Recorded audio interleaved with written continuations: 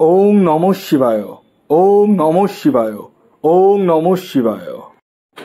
বন্ধুরা, ভাগ্য যদি সাথে থাকে তাহলে ডাঙায়ও কিন্তু ডিঙি চলে। এটা কিন্তু বাস্তব সত্য কথা। কারণ আগামীকাল 23শে জুন রবিবার দিন আমি এই ভিডিওতে স্পেশাল 7টি রাশির নাম আপনাদের সামনে প্রেজেন্ট করতে চলেছি, যে রাশিগুলির হঠাৎ বা আকস্মিক অর্থপ্রাপ্তি ঘটতে চলেছে।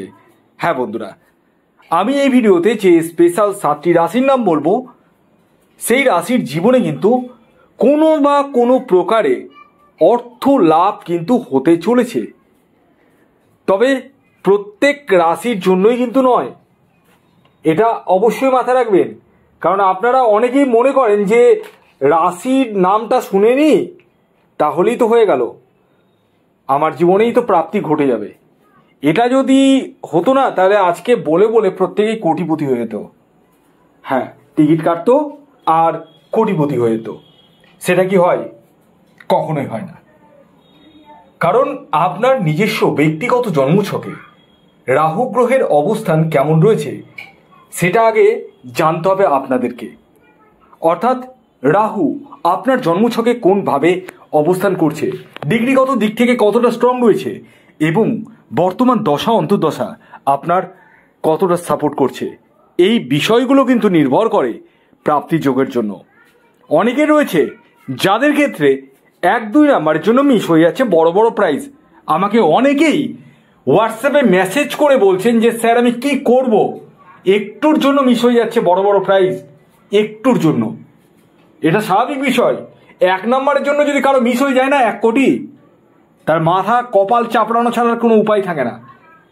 কারণ 1 কোটির মূল্যটা কতটা আপনারা প্রত্যেকেই জানেন। আর 1 নম্বরের জন্য যখন 1 কোটি মিস হয়ে যায় না, এরকম প্রচুর হচ্ছে।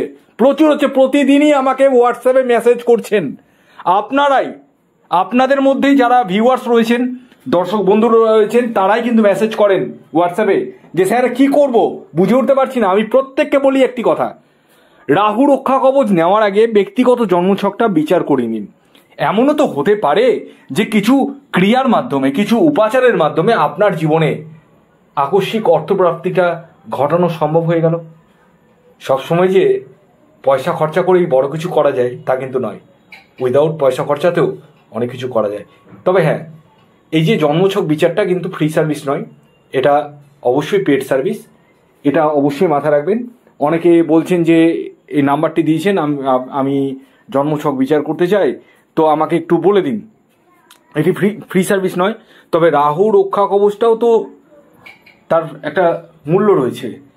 এখন দেখা গেল কারো রাহু রক্ষা কবচের প্রয়োজনই নেই, উইদাউট রাহু রক্ষা কবচেও কিন্তু প্রাপ্তি ঘটানো সম্ভব। অনেককে আমি ঘটাচ্ছি, তবে প্রত্যেকের তো ঘটাতে পারছি না। ব্যক্তিগত জন্মছক বিচার করলেই কিন্তু বলে দেওয়া সম্ভব যে কি করতে হবে। এবার বিষয় হচ্ছে, যাদের ক্ষেত্রে রাহু রক্ষা কবচ নিতে বলেছি, যারা নিয়েছেন তাদের জীবনে প্রাপ্তি করছে। আর যারা অলরেডি বুকিং করেছেন তাদেরকে বলবো ধৈর্য ধরুন। 10-12 দিন সময় লাগে, কারণ নির্দিষ্ট দিনে নির্দিষ্ট সময়ে হোমযজ্ঞ করতে হয়। এভাবেই কিন্তু মানে এটা ডালপুরি বিক্রি নয় যে ডালপুরি তৈরি করলাম আর দিয়ে দিলাম, তৈরি করলাম কড়াই থেকে তুলে দিয়ে দিলাম, এটা নয়। কিন্তু তার একটা প্রসেস রয়েছে। প্রসেসটা খুবই জটিল, এবং নির্দিষ্ট দিনে নির্দিষ্ট সময় গভীর রাত্রে হোমযজ্ঞের মাধ্যমে সেই কবচটিকে তৈরি করতে হয়। আপনাদেরকে সেই জন্য বারবার বলি যে আপনারা একটু ধৈর্য ধরুন। অনেকে ধৈর্য ধরছেন না, আমার বলাতে অনেকে কমেছে, বারবার বলাতে কমেছে। কিন্তু তার মধ্যেও কিন্তু কিছু কিছু জন রয়েছে যারা হোয়াটসঅ্যাপে কন্টিনিউয়াসলি 2 থেকে 3 দিন পর বুকিং করা থেকে 2 থেকে 3 দিন পর কন্টিনিউয়াসলি মেসেজ করে যাচ্ছেন যে স্যার আমারটা কত দূর, কবে পাবো, আর কদিন লাগবে। এত প্রশ্নের উত্তর আমার পক্ষে দেওয়া সম্ভব নয়। আপনারাই ভাবুন, দিনকে যদি আমাকে মোটামুটি 40 থেকে 50টা কল অ্যাটেন্ড করতে হয়, এবং হোয়াটসঅ্যাপে মেসেজগুলো রিপ্লাই দিতে হয় 150-200টা, আমার পক্ষে তো, আমারও তো কাজ আছে। যে কারণে আপনাদেরকে বলবো একটু ধৈর্য ধরুন, এবং ধৈর্য ধরার পর আমার উপর ছেড়ে দিন। যারা আমাকে ভরসা করেন, ট্রাস্ট করেন, তাদেরকে বলবো আমার উপর ছেড়ে দিন, আমি দেখে নিচ্ছি। কারণ আজকে আপনার মুখে হাসি ফোটাতে পারলে আমার জীবনটাই সবচেয়ে ধন্য হয়ে যাবে। কারণ আপনার কাছ থেকে আমি দুটো কাস্টমার পাবো। এটা আমার বিজনেস, এটা অবশ্যই মাথায় রাখবেন। এটা আমার বিজনেস। আজকে আপনার ভালো করব, আপনার কাছ থেকে দুটো কাস্টমার পাবো। আজকে আপনার যদি ভালো না করতে পারি, আপনি কি আমাকে দুটো কাস্টমার দেবেন? কখনোই দেবেন না। তা আমার নিজের বিজনেসের আমার গুডউইলকে আমি কখনোই নষ্ট করব না, এটা অবশ্যই আপনারা মাথায় রাখবেন।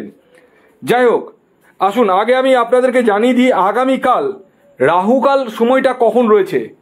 দেখুন, দিনের কিছু সময় থাকে যে সময়টিকে শুভ সময় হিসাবে চিহ্নিত করা হয়, আবার কিছু সময় থাকে যে সময়টিকে অশুভ সময় হিসাবে চিহ্নিত করা হয়, যেটিকে কিন্তু রাহুকাল হিসাবে ধরা হয়। হ্যাঁ, রাহুকাল যে সময়টি আমি বলবো, সেই সময়টিকে আপনাদেরকে প্রত্যেককে বলবো, প্রত্যেকেই কিন্তু অ্যাভয়েড করবেন। কারণ এই সময়টিতে যে কোনো ধরনের টিকিট কাটা বলুন, কোনো কিছু কেনাকাটা বলুন, কোনো কিছুই কিন্তু করা যায় না। তো আগামীকাল রাহুকাল সময়টি শুরু হতে চলেছে বিকেল 4:43 থেকে সন্ধ্যে 6:24 পর্যন্ত। এই সময়টিকে আপনাদেরকে অ্যাভয়েড করতে হবে। এই সময় যে কোনো ধরনের টিকিট কাটা বলুন, কোনো কিছু কেনাকাটা বলুন, কোনো কিছুই কিন্তু করা উচিত নয়। তাহলে কোন সময় করবেন? সকাল 6:32 থেকে সকাল 11:44 পর্যন্ত সময়টিকে কাজে লাগিয়ে নিতে পারেন।